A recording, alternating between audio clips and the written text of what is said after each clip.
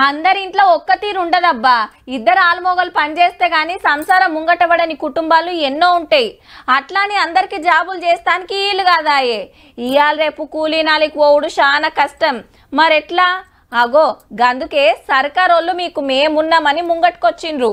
RTC బస్సులో free ప్రయాణం, gas cylinder 500కి ఇచ్చుడే కాదు, ఇవాళ ఇంకోటి చాలా అయింది.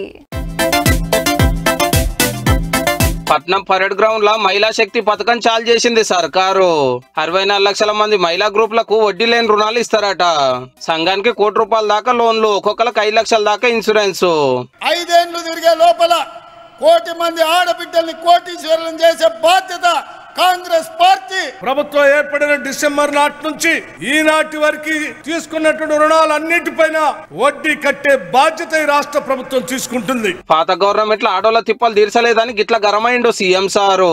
10 సంవత్సరాలు కష్టాలలో కన్నీళ్లలో కేసీఆర్ కనికరం లేక సంఘాలను దివాలా తీపిస్తే ఆడబిడ్డలందరూ కంకణం కట్టుకొని కేసీఆర్ ను బండకేసి కొట్టిండ్రు.